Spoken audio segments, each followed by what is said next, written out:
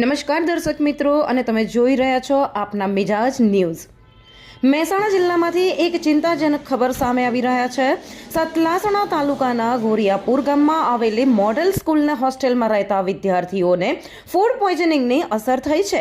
મળતી માહિતી અનુસાર હોસ્ટેલમાં રહીને અભ્યાસ કરતા લગભગ 80 થી 100 વિદ્યાર્થીઓમાંથી 18 થી 22 જેટલા બાળકોને ગંભીર તકલીફ થઈ છે। રાત્રે ભોજન લીધા બાદ વિદ્યાર્થીઓને ઉલટી, ઝાડા અને અન્ય તકલીફો જોવા મળી હતી।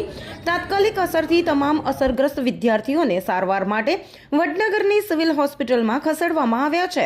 હાલ તો તમામ વિદ્યાર્થીઓને પ્રાથમિક સારવાર આપવામાં આવી રહી છે અને તેમની હાલત સ્થિર છે, સુધારા પર છે। ડોક્ટર્સની ટીમ સતત દેખરેખ રાખી રહી છે। આ ઘટના અંગે તંત્ર દ્વારા તપાસ શરૂ કરવામાં આવી છે। હોસ્ટેલના ભોજનના સેમ્પલ પણ લેવામાં આવ્યા છે અને ફૂડ પોઈઝનિંગના કારણોની તપાસ ચાલુ છે। આવી ઘટનાઓથી બાળકોના આરોગ્ય પર ગંભીર અસર થાય છે, તેથી શાળા અને હોસ્ટેલમાં ભોજનની ગુણવત્તા અને સ્વચ્છતા પર વધુ ધ્યાન આપવું જરૂરી છે। મારું નામ કુમાર ટ્વિંકલબેન લક્ષ્મણભાઈ છે।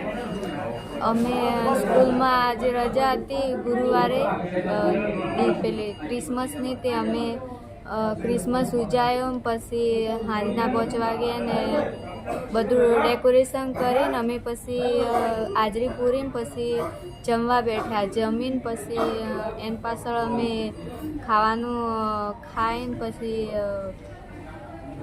થોડીક વાર આવટા મારીને પછી સ્પીકર કાઢીને નાચ્યા। ક્રિસમસ હતું ને એટલે નાચવાનું અમે મેડમને ખુદ કીધું, મેડમ ના પાડતા પણ અમે કીધું કે નાચવું છે તે અમે નાચી રહ્યા। પછી થોડીક વારથી મેડમે ચોકલેટો આલી, ચોકલેટો ખાધી ને પછી એની પાછળ અમે સંખ્યા ગણવા પાછા બેઠા કે વાંચવા બેહો એમ કીધું ને એટલે સંખ્યા ગણીને પછી બધા સંખ્યા ગણવા જતા ને છોકરીઓનું ઉધરસ ને એવું થયું, ઉલટી આવતી અચાનક। આ ઘટના વિશે વધુ અપડેટ મળતા જ અમે તમને જણાવીશું। ત્યાં સુધી રાહ જુઓ, અમારી સાથે રહો।